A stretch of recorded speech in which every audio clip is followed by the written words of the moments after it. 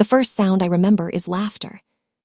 It was not loud, not careless, but polished and confident, the kind that fills a room without ever raising its voice. My brother-in-law cleared his throat just after, as if to anchor that laughter in authority. Someone else sighed, impatient. Papers were adjusted. Chairs shifted. The air itself seemed arranged for us, obedient, expensive, unquestioning. She stood near the wall.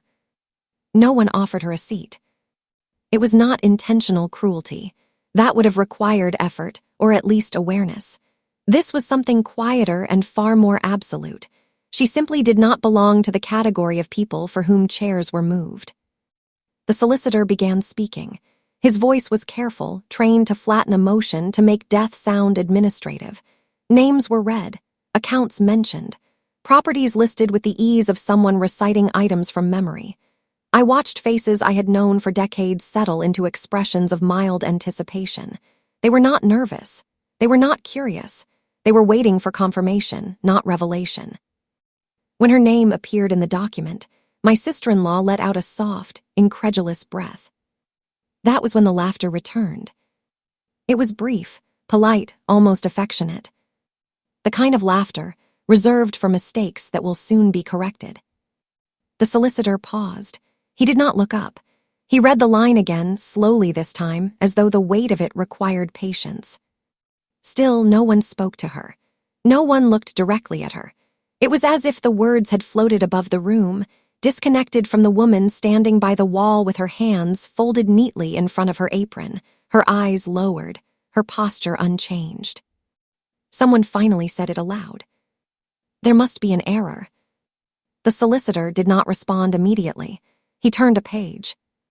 I remember thinking, in that suspended moment, how familiar this dismissal felt.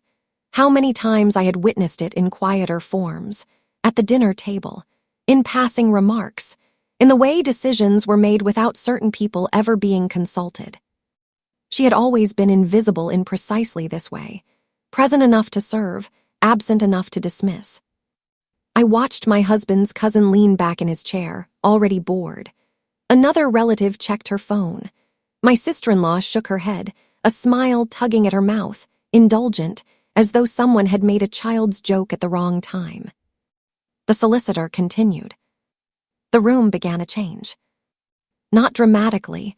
There were no raised voices, no gasps. The shift was internal, subtle, almost polite. Confidence thinned. Certainty hesitated. The inheritance was not being distributed the way it was meant to. Lines that had always seemed permanent were bending quietly, without permission. I felt something settle in my chest then. Not shock, not triumph, recognition. Because if anyone had truly been watching, if anyone had understood the house we lived in beyond its marble floors and iron gates, this outcome would not have been impossible to imagine. But no one had been watching her. Not really. The solicitor finished reading the first section and paused again, longer this time. The silence stretched. It pressed against the walls, against the framed portraits of ancestors who had never washed a dish in their lives. She inherits everything, he said finally. No emphasis, no drama. Just fact. The laughter did not return. My brother-in-law leaned forward. My sister-in-law's smile vanished entirely, replaced by something sharper, calculating.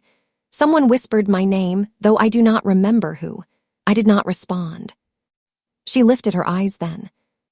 Only slightly. And for the first time since I had known her, since she had entered our household years earlier with a single suitcase and a reference letter folded carefully in her bag, she looked directly at us. Not defiantly, not gratefully. Simply steadily. It was in that moment, watching her stand there unchanged while everything else began to fracture, that I understood how wrong we had all been. Not about the will, but about her.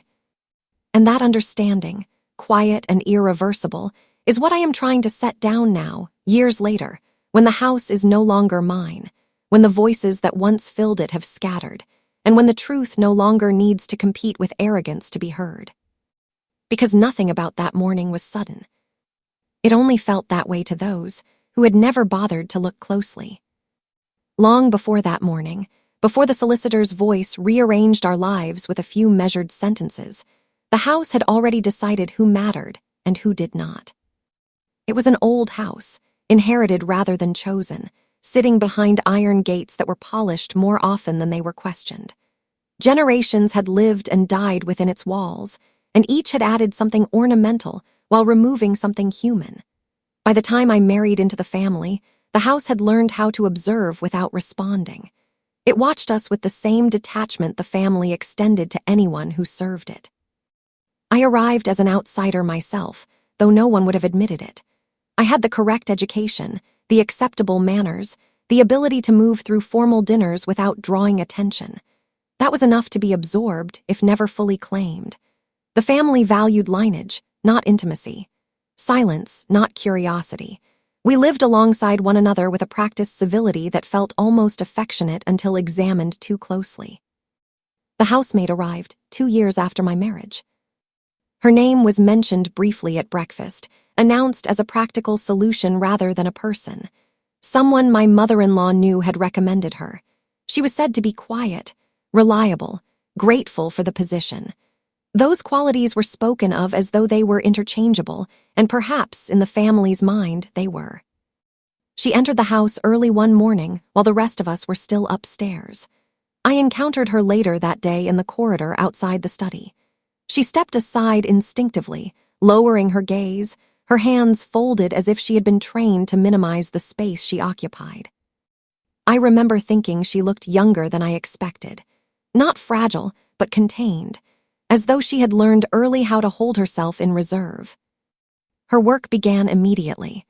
The house responded to her presence in subtle ways. Things appeared where they were meant to be without announcement. Rooms felt prepared rather than maintained. Meals arrived without the faint tension that had accompanied previous staff, those who had been too visible, too clumsy, too human. She learned quickly, but not in the way the family assumed. They believed she was memorizing routines, adjusting to preferences, absorbing instructions. What she was really doing, I would later understand, was studying us. She listened without appearing to. She noticed patterns no one else thought to conceal. Who raised their voice only when certain people were present, who avoided certain rooms, who spoke kindly only when watched. The family did not notice her noticing. My husband's relatives treated her with casual indifference. They spoke around her, not to her. Instructions were issued as statements, not requests. Gratitude was unnecessary. The work itself was proof enough of her usefulness. My mother-in-law acknowledged her existence only when something was missing or imperfect, which was rarely. My father-in-law barely seemed aware she was there at all, though she spent more time near him than anyone else. He was already aging then, though he would not have admitted it. His memory faltered in small ways. He misplaced documents, forgot names, asked the same question twice in an afternoon. The family framed these moments as eccentricity, something inherited along with the house and the accounts. The housemaid noticed. She adjusted quietly, left reminders where only he would see them, repeated information without drawing attention to the repetition, sat with him during long afternoons when the rest of the house was empty, listening as he spoke about people who had been dead for years. No one instructed her to do this. No one thanked her for it. At dinners, she remained in the background, attentive but distant. When conversations turned sharp, as they often did when money was discussed, she made herself smaller still. It was an instinctive response, one I recognized. Survival disguised as obedience. There were moments when I tried to bridge the distance. Small gestures, a question about her day, a brief conversation in the kitchen when no one else was around. She responded politely, carefully, never offering more than was asked. At the time, I mistook this for simplicity, for a lack of ambition, perhaps even a lack of depth. That assumption shames me now. The truth is, she had learned something the rest of us never needed to learn. That visibility invites risk. That being underestimated is a form of protection. As the years passed, her presence became so consistent it faded into the architecture of the house. She was part of its rhythm, its maintenance, its silence. The family began to speak of her as one might speak of reliable plumbing or an alarm system that never malfunctioned. Necessary, unremarkable. When disputes arose among the relatives, which they often did, she was never mentioned. When decisions were made about renovations, investments, inheritances, her name never surfaced. She existed entirely outside the future as the family imagined it. And yet, she was present for every private moment they ignored. She saw my sister-in-law cry in the kitchen late at night, furious and frightened about money she pretended not to need. She heard my brother-in-law practice speeches meant to impress men who already looked through him. She watched my husband retreat into himself, worn down by expectations he could never quite satisfy. Most importantly, she was there as my father-in-law began to understand that the family he had built was more interested in what he would leave behind than in who he was becoming. She listened when he spoke about the early years, about building the business, about choices he regretted, about children who no longer asked him questions unless they needed something signed. She never interrupted, never advised, never offered sympathy that would have required acknowledgement. She simply remained. In a house filled with voices competing for attention, that quiet presence carried a weight no one recognized. By the time the family began to sense that something was shifting, that the old certainties no longer held, it was already too late. The dynamics they believed were permanent had been eroding quietly, day by day, moment by moment, in conversations they never witnessed and silences they never questioned. And the woman they believed they understood least had, in fact, understood them best of all. That truth did not announce itself. It waited, just as she always had. The tension did not arrive suddenly. It seeped in, almost imperceptibly, the way dampness settles into old walls long before anyone notices the stain. At first, it took the form of irritation, small complaints delivered with sharpened politeness. My sister-in-law began remarking on the housemaid's presence more often, though never directly. She spoke about standards, about efficiency, about how things used to be done. These observations were made at the dining table, over carefully arranged meals, as though the words themselves were being tested for their weight. The housemaid responded by becoming quieter. Not less capable, not less attentive, just quieter. Her movements grew more economical, her expressions more neutral. If the family had been paying attention, they might have noticed the precision with which she withdrew, the intelligence behind the retreat, but they mistook it for submission. My brother-in-law grew openly suspicious. He did not like that she was always near his father. He did not say this directly. Instead, he framed his concern as care. He asked whether his father was being bothered, whether too much reliance was being placed on staff, whether boundaries were being respected. These questions were directed at me more than anyone else, as though I might translate his unease into something actionable. I listened without responding. There was nothing to correct, nothing to confirm. The truth sat somewhere beneath his words, unspoken but unmistakable. He was afraid of being replaced. Not in affection, not in memory. In relevance. The housemaid never defended herself. When my mother-in-law suggested that perhaps she should be rotated out more often, given fewer responsibilities, she accepted the change without comment. She adjusted her schedule, shifted her tasks, and yet, somehow, she remained indispensable. My father-in-law noticed. I saw it in the way he searched for her when she was not immediately present, in the irritation that flickered across his face when someone interrupted one of their quiet afternoons together, in the way he would ask for her by name, deliberately, as though asserting a choice. That choice unsettled the family. Conversations began to stop when she entered a room, not because they feared her hearing them, but because her presence reminded them of something they could not quite articulate. A witness, perhaps, or a mirror. I noticed it most clearly one evening when my sister-in-law snapped at her for a trivial mistake that had not occurred. A glass placed slightly too far to the left. A napkin folded incorrectly. The criticism was delivered softly, but its intention was unmistakable. The housemaid lowered her head and apologized. My father-in-law said nothing at the time. Later that night, I heard him call for her from his study. The door closed.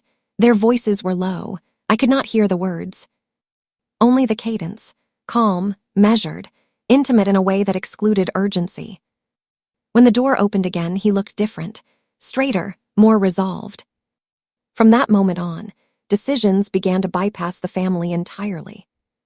Not openly, not in ways that could be challenged, but subtly, unmistakably. Documents were moved, meetings rescheduled, conversations postponed indefinitely. The family blamed one another, they accused, they speculated, they grew louder. The housemaid grew quieter still. And yet, she was everywhere that mattered. She began accompanying my father-in-law on short walks through the garden. She read to him when his eyes tired. She organized papers without ever being asked, anticipating needs before they were voiced. She learned the rhythms of his moods, the limits of his strength, the moments when he wanted company and the moments when he wanted silence. This closeness bred resentment. My sister-in-law suggested installing cameras. My brother-in-law consulted a lawyer, discreetly. My mother-in-law began to withdraw entirely, offended by a loss of attention she believed was owed to her. No one spoke to the housemaid about any of this. She was not accused, she was not confronted, she was not questioned. She was simply watched. I began to see her differently then, not as a servant, not as a background presence, but as someone navigating a landscape of hostility with extraordinary discipline. She never reacted, never displayed fear or ambition. Her composure remained intact even as the air around her thickened with suspicion. One afternoon, I found her in the study alone, carefully organizing a stack of old letters. She looked up as I entered, her expression composed but alert. "He asked me to," she said simply, gesturing to the papers. I nodded. In that moment, I realized something that unsettled me more than any raised voice or open conflict could have. She was not acting without permission. Everything she did had been sanctioned, chosen. She was not intruding. She had been invited.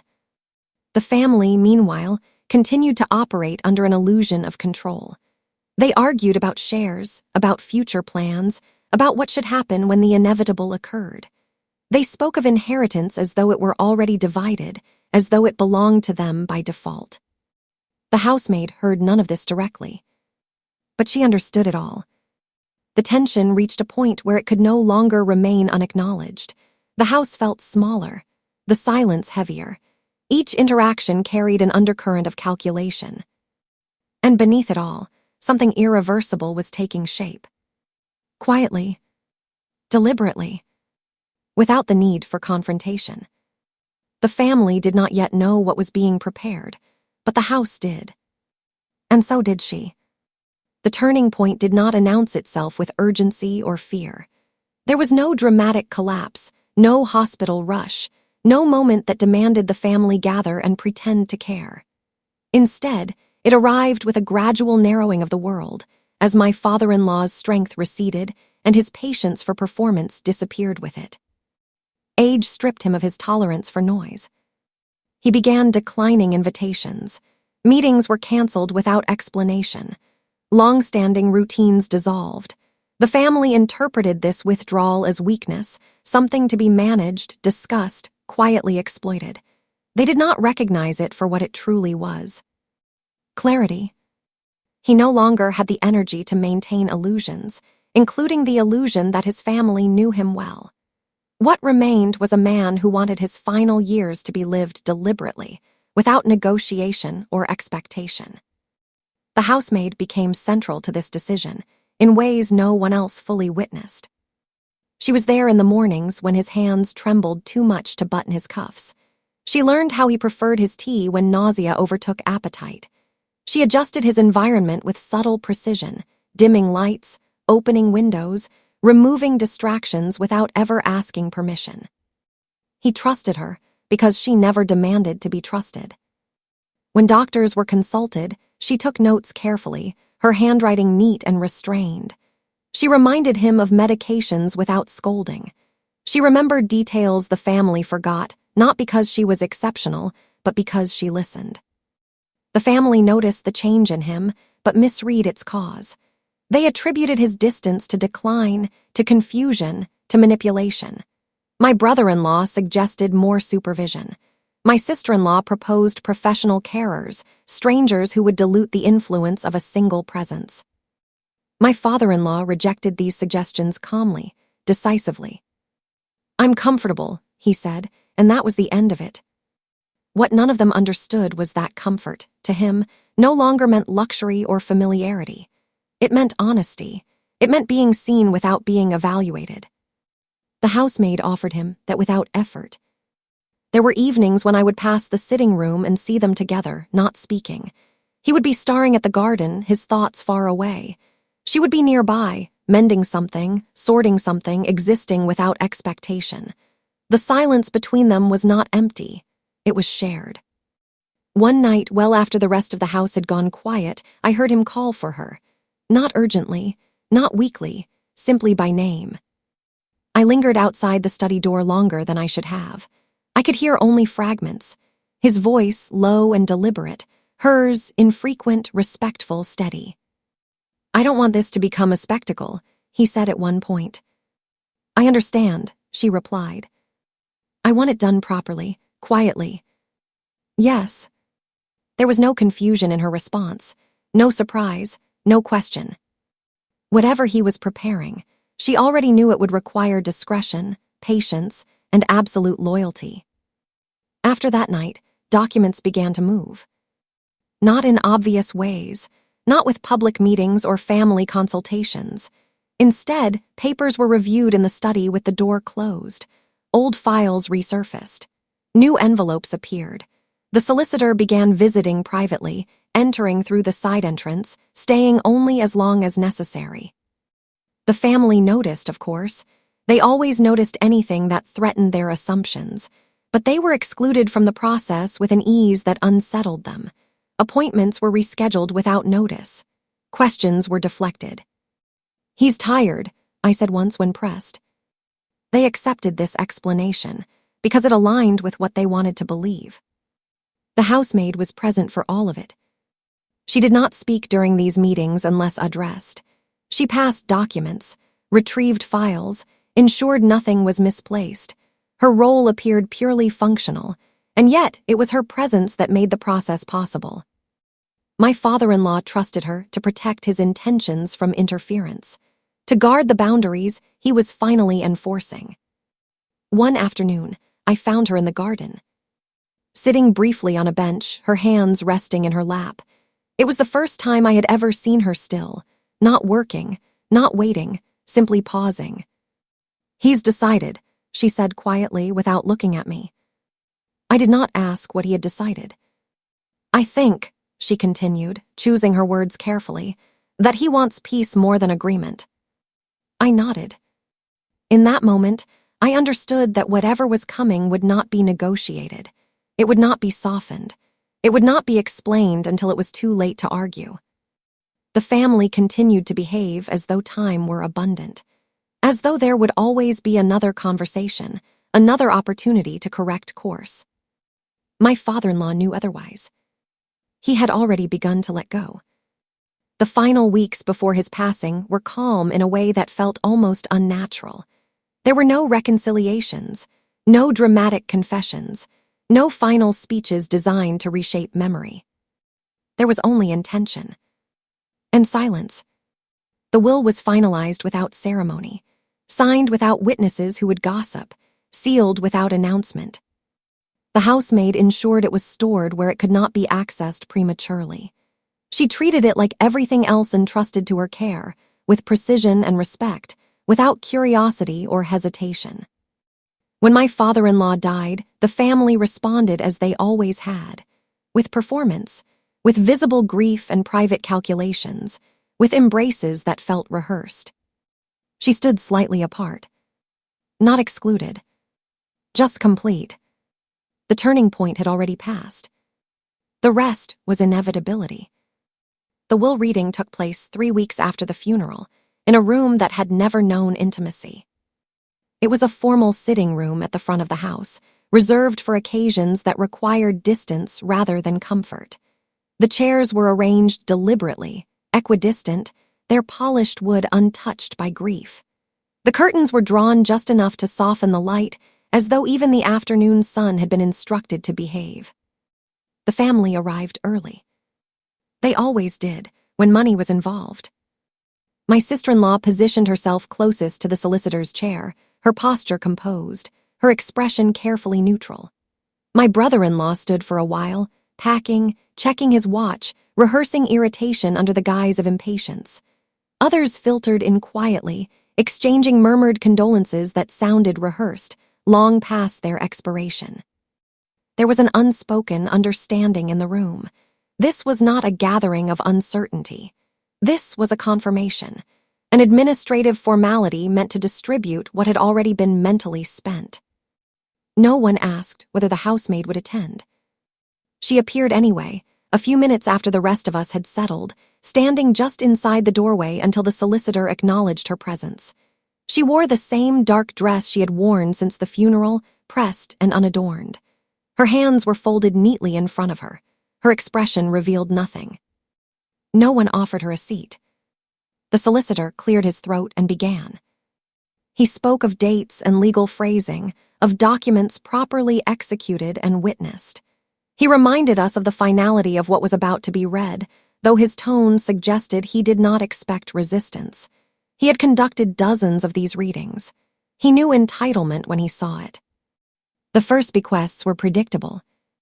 Personal items, modest sums, charitable donations that would look appropriate in print. Each announcement was met with small nods, subtle relaxations of posture. This was proceeding as expected. The structure was intact. My sister-in-law crossed her legs, satisfied. Then the solicitor paused. He adjusted his glasses and glanced down at the page, his eyes lingering there a moment longer than necessary. It was a small hesitation, but I noticed it. I had learned, over the years, to pay attention to silences. He read the next clause. At first, no one reacted. The words had not yet connected themselves to meaning. A name had been spoken, but it did not belong to the narrative anyone in the room recognized. The housemaid's name. It hung in the air, incomplete, waiting. My brother-in-law frowned. My sister-in-law let out a short, almost amused breath. "I'm sorry," she said lightly. "Could you repeat that?" The solicitor did not look up. He repeated the line, slower this time, each word carefully weighted. Still, no one spoke to her. The assumption of error was immediate and unanimous. Someone laughed softly. Someone else whispered that there must have been a misunderstanding. A page turned too quickly. A draft read by mistake. The solicitor raised his hand, not sharply, but with practiced authority. "There is no error," he said. He continued reading. With each sentence, the room shifted. The housemaid was not receiving a token, not a gesture of gratitude, not a small acknowledgement designed to appear generous. She was inheriting the house, the accounts, the remaining shares, everything not previously assigned. Everything that mattered. The words were delivered without emphasis, as though they were unremarkable, as though they belonged exactly where they were. Silence followed. It was not immediate outrage, not disbelief loud enough to protest. It was something colder, a collective recalibration. Faces emptied themselves of assumption.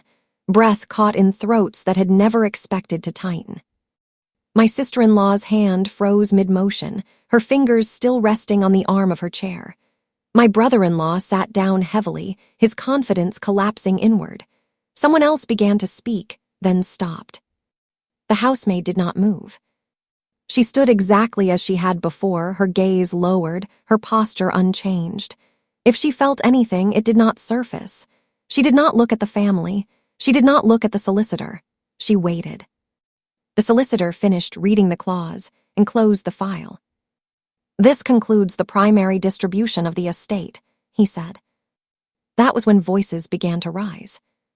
Questions first, then objections disguised as concern, suggestions of undue influence delivered with careful wording. My brother-in-law demanded clarification. My sister-in-law insisted on a review. Someone mentioned legal action without quite threatening it. The solicitor listened without interruption. When they finished, he responded calmly, firmly, explaining that the will had been reviewed multiple times, that the testator had been of sound mind, that no coercion had been identified or suggested. Every legal safeguard had been observed. The housemaid was addressed directly then, for the first time. "You are the sole beneficiary," the solicitor said, his tone professional, neutral. "You may consult independent counsel if you wish." She nodded once. Not in gratitude, not in triumph. In acknowledgement. The family watched her then, really watched her, searching for signs of ambition, of deception, of guilt. They found none. She did not smile. She did not apologize. She did not explain. She simply accepted what had been given. It was in that moment, watching the collapse of certainty around us, that I understood the cruelty of assumption. How arrogance blinds not only the powerful, but those who believe proximity to power makes them untouchable. The will reading ended without resolution. The solicitor gathered his papers and left, his role complete. The room remained full, heavy with words that had nowhere to go. No one spoke to her as she turned and walked toward the door. No one stopped her. They were too busy realizing that the future they had rehearsed no longer belonged to them, and that the woman they had dismissed as furniture had just inherited the house. The days that followed the will reading unfolded without cohesion, as though time itself had lost its structure. The family did not disperse immediately. No one wanted to be the first to leave the house that no longer belonged to them. They lingered in rooms that suddenly felt unfamiliar, touching furniture with a new, almost accusatory awareness, as if the objects themselves had betrayed them. The housemaid did not claim the space. Not at first. She continued her routines with the same restraint she always had. Meals were prepared, rooms were cleaned, lights were turned off at night. If there was any satisfaction in her movements, it remained internal and inaccessible. She did not assert authority. She did not remind anyone of her new position. That silence unsettled the family more than any display of power could have.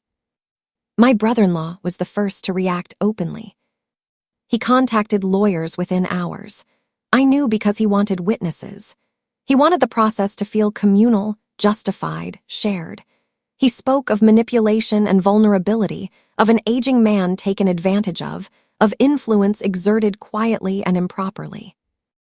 No one asked why those arguments had never surfaced while their father was alive. My sister-in-law took a different approach. She appealed to sentiment, to history, to family continuity. She spoke of how unnatural it was, how damaging, how humiliating. She said the house should remain in the family as though blood itself were a legal instrument. The housemaid listened to none of this directly.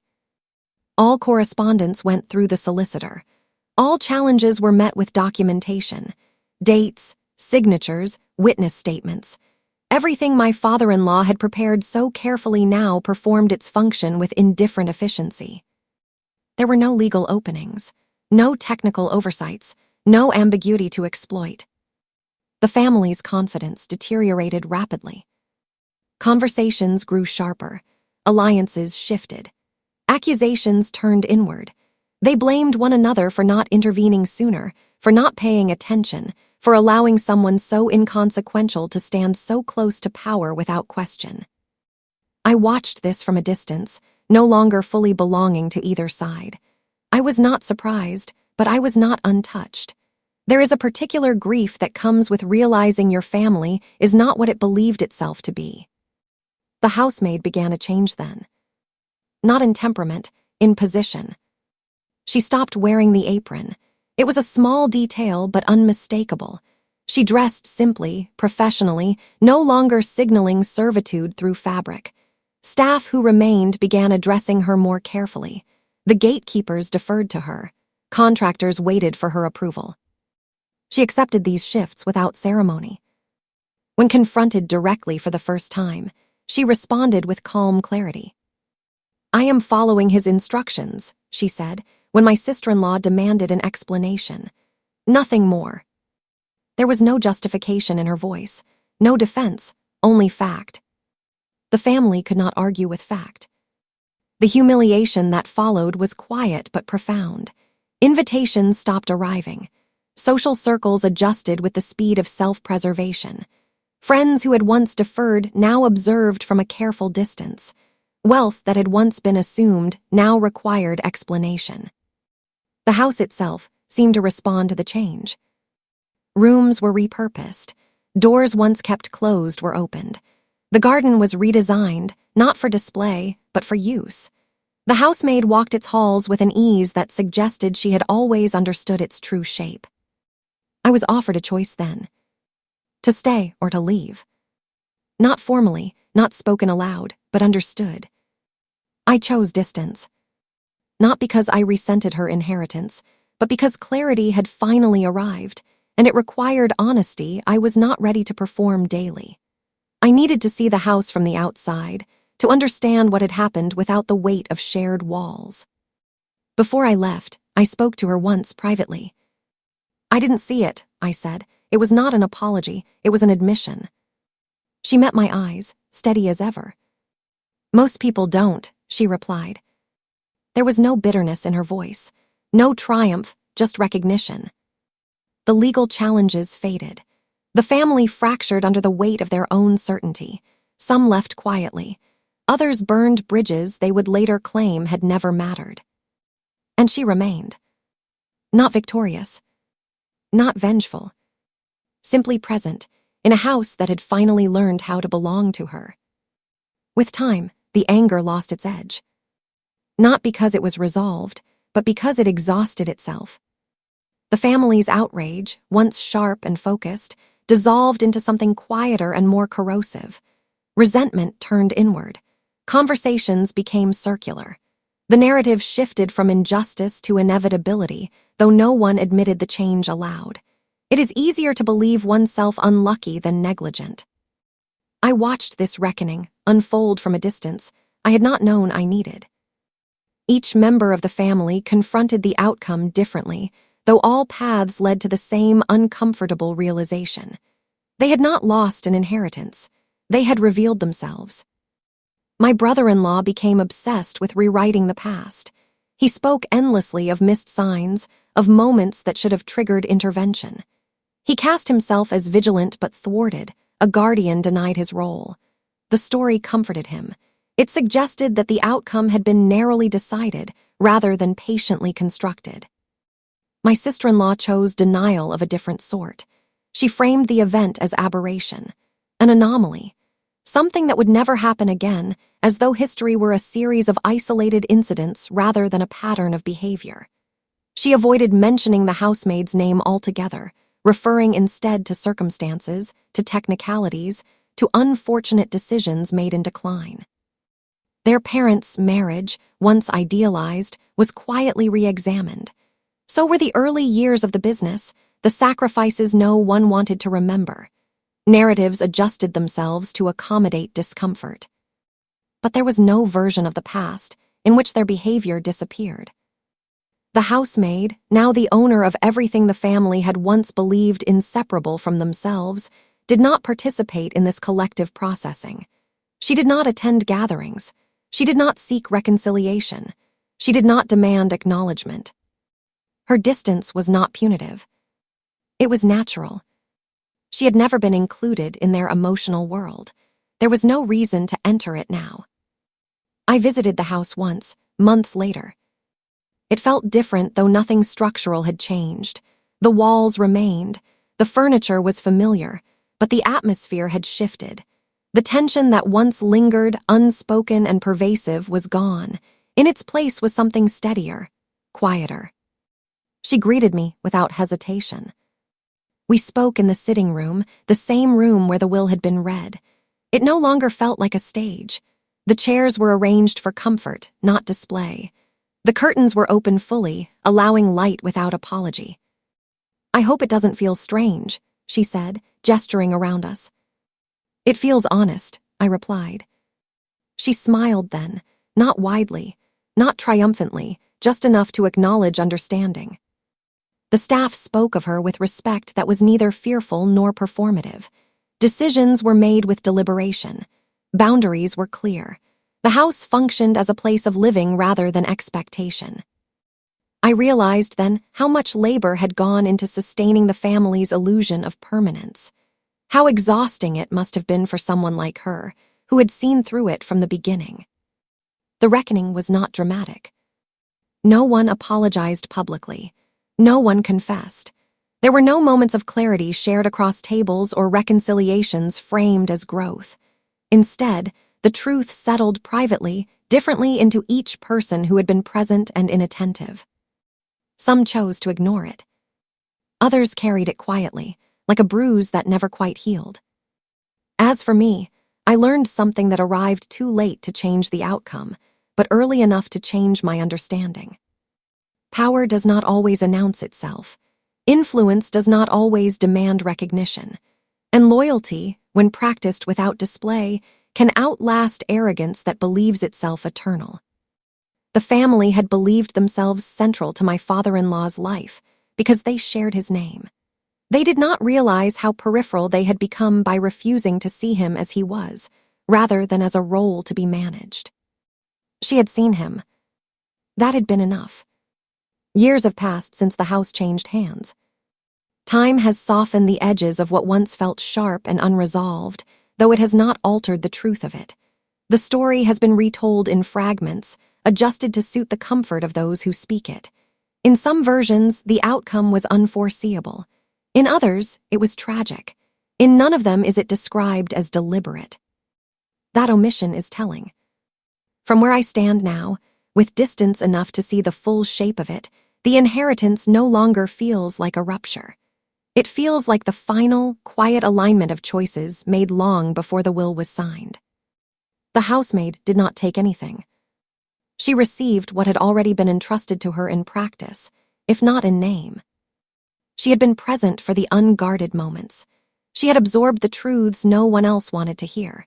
She had protected a man's dignity when his own family mistook vulnerability for inconvenience.